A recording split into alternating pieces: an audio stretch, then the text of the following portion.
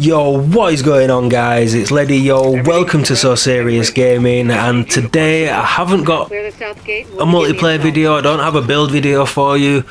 I'm just going to do a run through on General Assembly, and I just want to speak to you guys, talk to you about 1.6, what I think needs to happen, what I think they need to be careful of, what I think's wrong at the moment, and all that kind of stuff. Speak to you about what other people have been talking about. You know, you've probably seen videos of other YouTubers talking about their experiences, their thoughts, all that kind of stuff. And I kind of just want to get in on the discussion and speak to you about what I've taken from the streams I've seen, the gameplays I've seen, the different opinions I've seen, and obviously things like state of the game and all that kind of stuff, because there's been a lot of information. We've all seen a lot of big changes in 1.6, and I've also seen a lot of people worrying. Now, some of you, or in fact a lot of you, have probably seen a video by Upper Echelon saying that the DPS meta is dead, and basically it's going to be skill builds that take over. Now, he was a bit misleading with that, because he says, what was it, versatility and skill. Well, if it's skill builds taking over, then there's no real versatility, because everybody's going to be running skill power. So it's kind of a contradictory title. But my issue with that video is this: after phase 1, that's right, phase 1, he's already making this decision. Now, we all know that from the last PTS, from week 1 to week 4, there was a lot of changes, and by the time it was released, compared to week 1, the final product from phase 1 was completely different. And in that particular PTS, he also put a video up saying the new meta is going to be Alpha Bridge SMG, I guarantee it. And that never happened. So it's like he's feeding fear to the people, because I've seen a lot of comments on that video that, you know, they're genuinely getting worried, and I can understand the prospect of another skill build meta.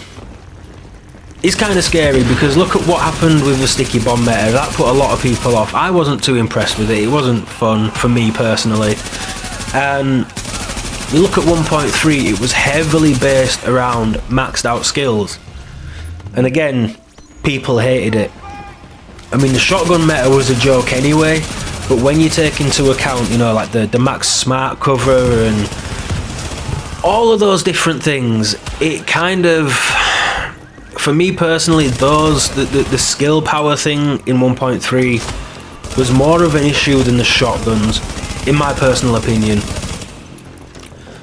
So when you take into account there's been basically 2 metas heavily based around skill power and skill builds and having maxed out smart cover and maxed out sticky bombs or whatever else, I personally do not think that is going to happen, because the devs already know how we feel about skill build metas. They already know the vast majority of the community do not like them, and I don't honestly think that they would allow that to happen.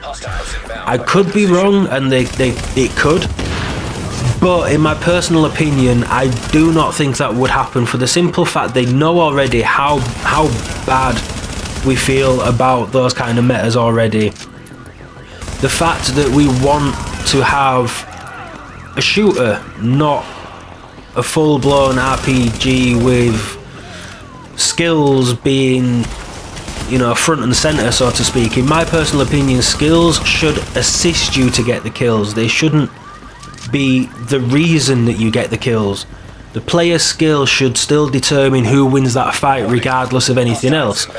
So I personally cannot see that happening. Now, my other issue is this as well: we are currently, whether you see it or whether you admit it or not, we are already kind of in a skill build meta. Now I'm going to put it up on the screen right now. This was from earlier today. I came online earlier today. I was online for about 2 hours, and within that 2 hours, and this happens regularly. I mean, last night again it was the same thing. There was more people using seeker mines and turrets than they were using their guns, and as you can see here, look, you know, I died, I'm fighting 4 people, I take one down, and I just got absolutely slammed repeatedly by Seeker Mines, and it's game over.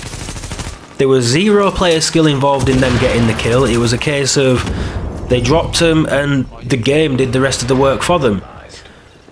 In this next clip, you will see I ended up standing around because I just seen this was a perfect opportunity for me to just film it and, you know, kind of again get that proof that this is the meta we're in already. We're already in a skill build meta. Granted, not in the sense of what you might think with, you know, everybody's using smart cover and everyone's using this and that, and, you know, there's various different, it is pretty much all Seeker Mines with the occasional flame turret and of course shock turrets. But I mean, that team that's Manhunt, now they'd gone Manhunt several times and every single time pretty much all their kills were with the Seeker Mines. I mean, look how many there is. You know, when they've dropped one, they dropped another one, they dropped another one, they cool down within 5 to 10 seconds, and then they've dropped another one again and again and again. It was just that cycle over and over and over again. And in my opinion, we're already in a skill build meta, and I know myself and other people have already said to the devs, something needs doing about these turrets and these Seeker Mines, because it's a bit ridiculous. This shouldn't be the reason people get kills. They should be aiding the person to get kills, but they should be getting the kills because of their ability to maneuver around the battlefield, so to speak, to the ability to use their heals effectively, the ability to get the most out of their build. For example, you know, my high-end build, I've got the Tenacious Mask, I run critical save and booster shot. So I go into low health, I pop my medkit, I pop my booster shot, I'm over 1 million in toughness, and I'm pushing 450 to 500k DPS because of the damage buffs from Tenacious and from booster shot. So I can face tank and I can shoot somebody and deal more damage in the process, so chances are I'm going to drop that one player faster than the 2 or 3 that are focusing me can drop me, kind of, you know. So it's those little things that separates a good player from an average player, in the sense of a good player knows what their build is, they know the different aspects of their build, and they know how to use it and how to get the absolute most out of it. And the problem is, when you put together a skill build that is solely based around the Seeker Mine, the player needs to do nothing. All they need to do, okay, they're a little bit squishy, but if they can maneuver at least, that's all they need to do. Because their heals are going to cool down super fast. That if the Seeker Mine cools down in 5 seconds, you already know that heal's coming back within 5 to 10 seconds pretty much as well. So there's not much you can do. If they're moving around, they're going to be constantly healing over and over and over again, and they're dropping Seeker Mines over and over and over again. So we're already in that meta, and that in my opinion really needs to change. Now, I watched the video from Marco Style, and if you haven't watched it yet, I highly recommend you go and watch it, because he's said it best. He's probably said it better than I could have said it, and a lot of the stuff that he mentions I absolutely agree with. In the sense of, like, you know, he talks about the cooldowns. They should all be set to a specific number. Skill power should not determine the speed of cooldowns. For example, you look at other sort of MMO RPG type games. The skills all have the same cooldown regardless of the player's level. There's nothing changes the skill's cooldown. You know, somebody who's low level, his skill is going to cool down just as fast as somebody who's max level, and that doesn't change. The skill itself might be more effective, but the cooldown is exactly the same, and that is how it should be.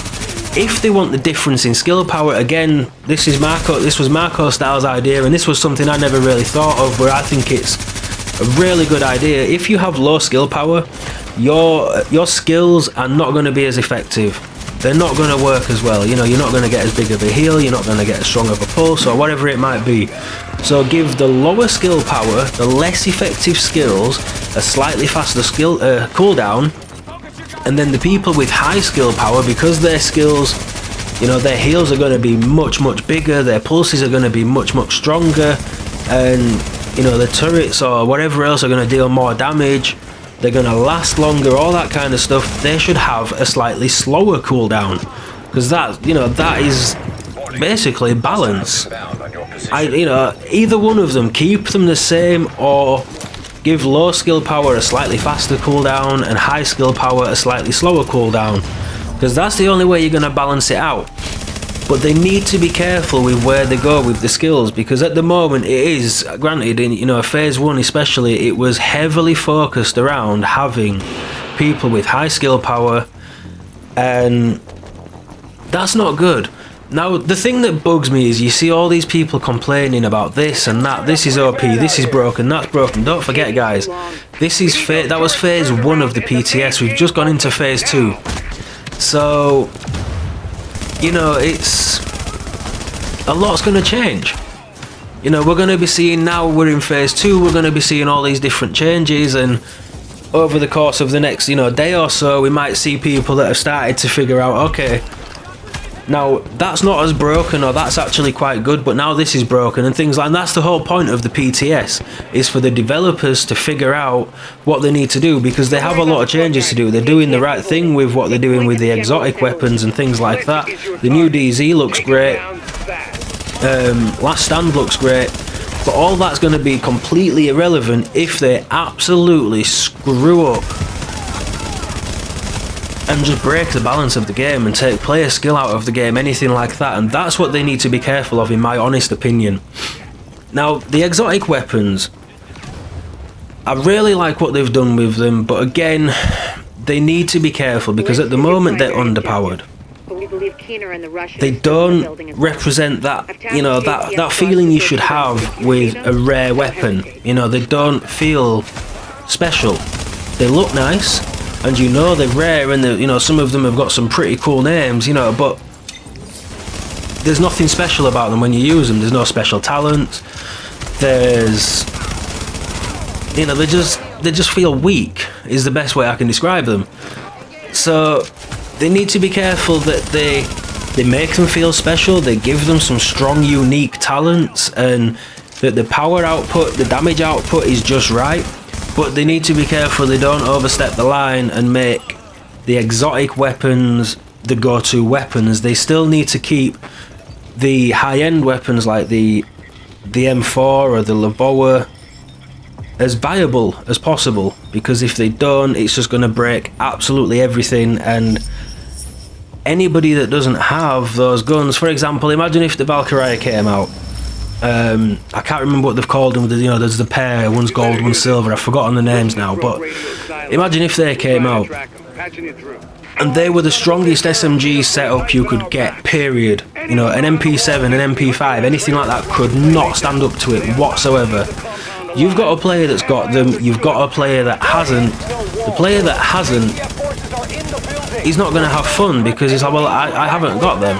I can't do nothing. Nothing I've got can compete with them, so no matter what I do, I can't do a damn thing. And that's what, again, that's something else they need to be careful of, which I don't think they're going to do, because you saw how broken the Valkyrie was in phase 1. So, and they got on top of it, they've changed it, they've fixed it. The other thing that I really want them to, another reason actually, sorry, that I want this whole thing to not go into the skill build meta, look at 1.4. In my personal opinion, 1.4 was one of the best metas we've had in the game, because in my opinion there wasn't really a meta.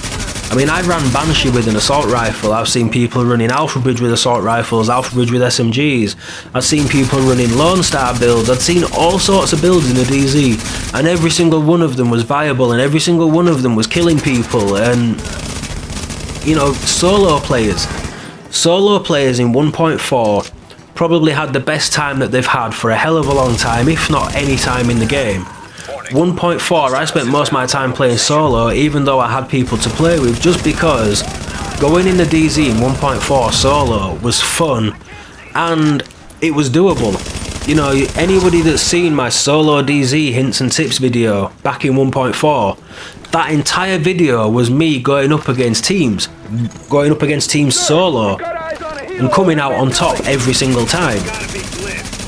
And now in 1.5, it's doable, but as a going in as a solo player, it's a lot more difficult, because most people are using Alpha Bridge, which does need fixing because it's tank DPS, and you know, if somebody's tanking and you've got 4 people focusing you and they're all running tank DPS builds, you're not going to be able to do much. without a lot of crowd control, and unless you really know what you're doing, and even then, if the other team knows what they're doing, what you do is going to be irrelevant, because they're gonna know to just keep pushing you, keep being super aggressive and focus firing you, and you're just going to get screwed regardless of what you try and do. I mean, you may get lucky and drop one or two of them if you're lucky, but a good team that's well coordinated and well set up, and they know what they're doing, they know how to maneuver and work together, a solo player doesn't really stand a chance.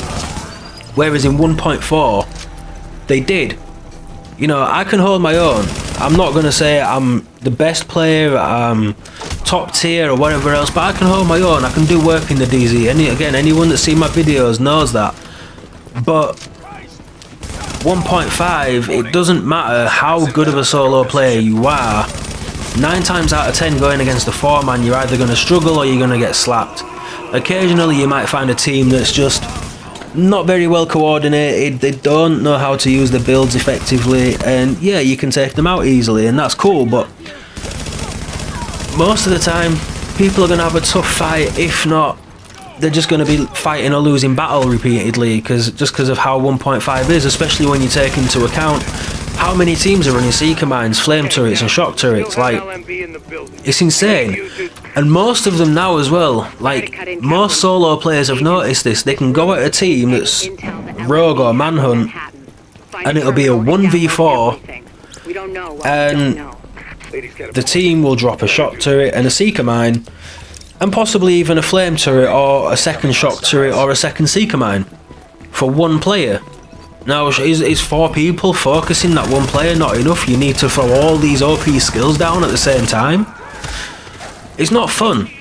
I've not played as much solo in 1.5 as I have done previously, because I've got plenty of people to play with, I've got subs wanting to play with me and things like that, but I've tried my best to go in solo to get that solo player perspective, and it's not the best, it's not the most fun.